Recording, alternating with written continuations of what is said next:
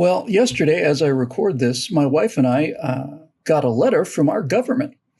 And the letter basically said that she has an upcoming appointment with the Immigration Service to schedule her appointment for her U.S. citizenship test and application.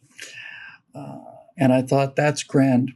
And I took a look at the study guide for the kind of things that citizens need to know in order to become a citizen of the United States if you are going to be a naturalized citizen, as my wife will be very shortly. And I looked at some of the questions. And one of the questions was, what are some of the rights that are guaranteed to you by the U.S. Constitution? Well, it turns out you have the right to free speech. You have the right to keep and bear arms. You also have the right to petition your government for grievances. And I thought that if you go through this process, you become a citizen. But I've now come to realize I was mistaken in this regard.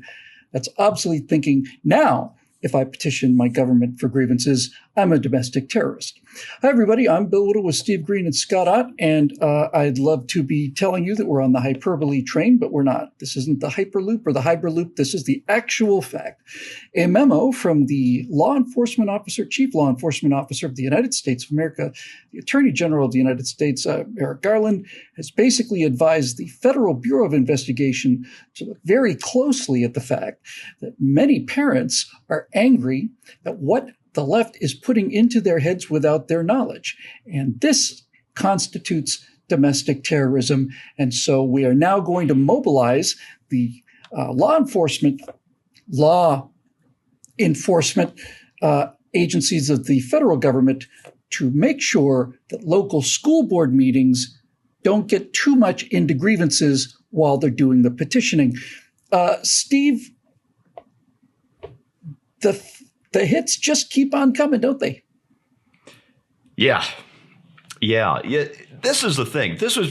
These last few months, as I've seen parents speak out against CRT training in our schools, I've never been more proud to be an American. It has honestly been inspiring to watch parents who have been basically happy with their schools, finding out that the foundation is rotten and they're trying to do something about it. Even if it's just speaking up at a school board meeting, that is a start. And you can watch these videos on YouTube. And okay, maybe the parents are a little rough around the edges, but it's real. It's genuine. Their concern and their anger are both genuine. And hopefully, I know Scott's going to get into this, hopefully this results in them running for school boards and affecting actual change by getting rid of the damn Marxists who have taken over one of our foundational public institutions. And then this morning, to find out that the FBI is being weaponized against these very same parents is so enraging. So I was going to say dispiriting, but no, I'm not there. I am not dispirited. Don't go there, man. That's what they want. Exactly. I will not go there. I think it was E. Cummings who said there is some I will not eat. And this is where I am. This is where I draw the line. It actually makes me wish I lived in a worse school district. Our school district here is great. We don't have any of this stuff. Okay. My son who's in high school has that one teacher who likes to talk about America being a fundamentally racist country and all that. And my 15-year-old son quotes Ben Shapiro back at him. I'm like, yes, go get him. But that's normal. That's the normal give and take you're supposed to have. You're going to disagree with some teachers. You're going to agree with some other teachers. And you're supposed to butt heads. You're supposed to argue. You're supposed to get along anyway. My best friend in high school was pretty much a communist. All we did was argue about stuff. And we were best friends. I want to get back to that. But you can't do that. You can't do that when CRT is being drilled in the heads of kindergartners, of elementary school kids, of even middle school kids. My 15-year-old, he can take care of himself. My 11-year-old, you touch that kid, I'm going to kill you. But I don't have to worry about that because of the school district I live in. There are other parents who aren't so privileged, if you'll let me use that word in a actual meaningful way. And those parents are fighting back. Maybe not completely skillfully, maybe not for the moment in the most effective way, but they're fighting back and using their rights as Americans. And for the FBI to be going after those parents, I say we take off and nuke the entire headquarters from orbit, Bill. It's the only way to be sure. It's the only way to be sure.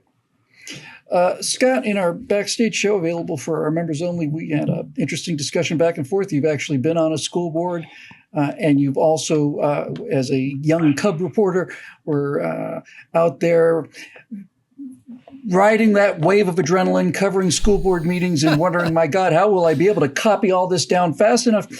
But you made a compelling argument, and I'm not trying to steal your point here, but your argument was that if you want to change what the schools are doing, you need to run for school board and have your voice as a school board member. But that's not really the issue I'm talking about here. Because to say that if you don't like what the government is doing, change the government at the next election, that is exactly correct, and we are ultimately responsible for the government we get. But I'm more interested in this idea of the right to petition the government for grievances. This right assumes that we don't either have the time or whatever the case may be, let me rephrase this. Our system of government is predicated on the idea that citizens have other rights beside the ability to change the government at the next election, that we have the right to respond immediately to things that we find to be outrageous, and that right for petition really only interfaces at things like school board or county commission. I don't have a chance to list my grievances with the United States Congress. I don't even have a chance to talk to my representative, really. So do we have this right to do it or not? And if we do have a right to petition the government for grievances, what separates acceptable behavior from unacceptable behavior? Well, we have an inherent right, and that wasn't granted to us, by the Precisely. Constitution or by, some lofty statement in the Declaration of Independence. We have an inherent right to petition the government that we form for the redress of grievances. That's what this is all about, because it's our government, and so of course we have the right to petition them. Now, there's also a process, as you have alluded to there, and we talked about in our backstage meeting. So if you're not a member yet, you may want to consider doing that just so you can find out the brilliant things I say in the backstage meetings. But the legal process for changing that situation at the local school board level is there. And I'm not saying you need to run for school board, but the school board, it needs to represent the views of the local populace. And so if you can be part of that effort to get somebody elected who will actually vote the right way, that's great. But to Bill's point, the federal government has no business in this. And the problem that we've seen in recent years with mass media being able to reach broad audiences and social media being able to stretch out beyond the bounds of local municipalities and school districts is that we have nationalized everything. And so instead of a situation where in my local school district, they've made a curriculum change and some parents got upset about it and stood up and talked about it, and it got a little out of hand or a little noisy in the meeting, or the school board walked out because they were concerned that it was an ungovernable meeting. That is a local issue that can be solved at the local level, but we won't leave it that way. The activists want to see that spread out across the country as fast as possible, and they want to say, hey, look at these crazies who are standing up and yelling and screaming at school board meetings, and they want to make a national issue out of it. And of course, you go to the Attorney General of the United States and raise your complaint, and then the Attorney General goes to the Federal Bureau of Investigation. None of this should have risen to the level of, or should I say, descended to the level of the federal government.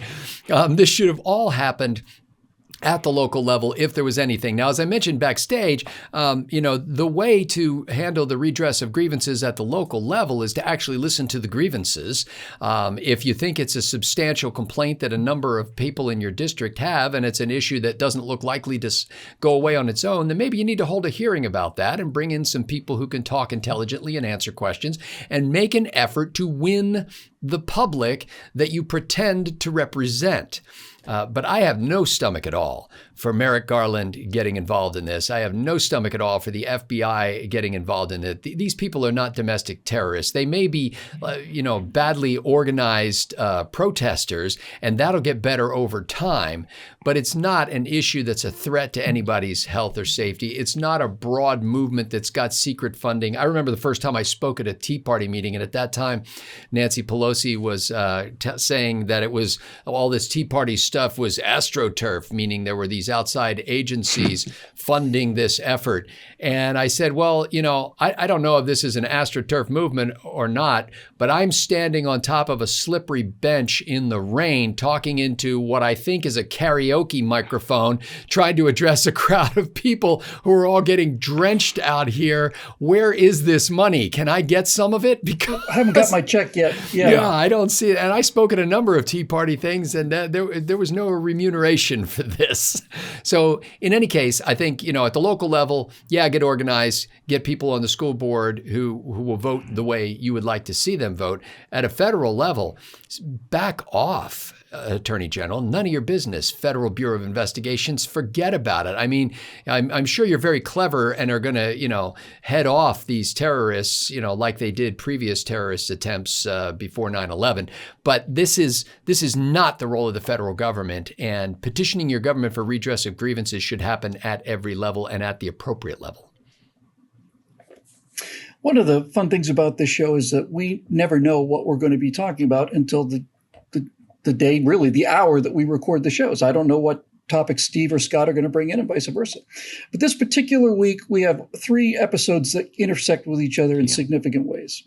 Steve's show was about the harassment of a senator in the bathroom and so on and so forth. So how is that different? How is that kind of anger and going after a representative of the government different, which I was opposed to, obviously, in terms of her being in the bathroom and so on? How is that different from a school board, parents getting angry, which I'm completely in favor of? And I think there's actually a rather simple answer to that, and that is simply, what is the actual ground that you are standing on? In other words, do these people in Steve's show have a right to say, Build Back Better, back the bill? Yes, they do. But they have a right to do it outside of that woman's place of business, and they have a right to do it in session, and they have a right to do it where it is appropriate. They do not have the right to follow her into the bathroom. The converse side of this argument is, I think parents have a right, not only a right, but an obligation to go to school board meetings and vent their anger. And if that anger is erupting into obscenities and high blood pressure, then that's just fine with me, so long as they do not approach the people who are on the desks and cross the line from the podium and start getting in their faces and physically threatening them. This is not so hard to figure out. It really isn't. And as Steve has pointed out in our backstage show, if there were these things, if this was a national emergency requiring the FBI and the Department of Justice, we would be seeing endless loops of this on TV. And the fact that we're not seeing it is because it's not there. This is not happening.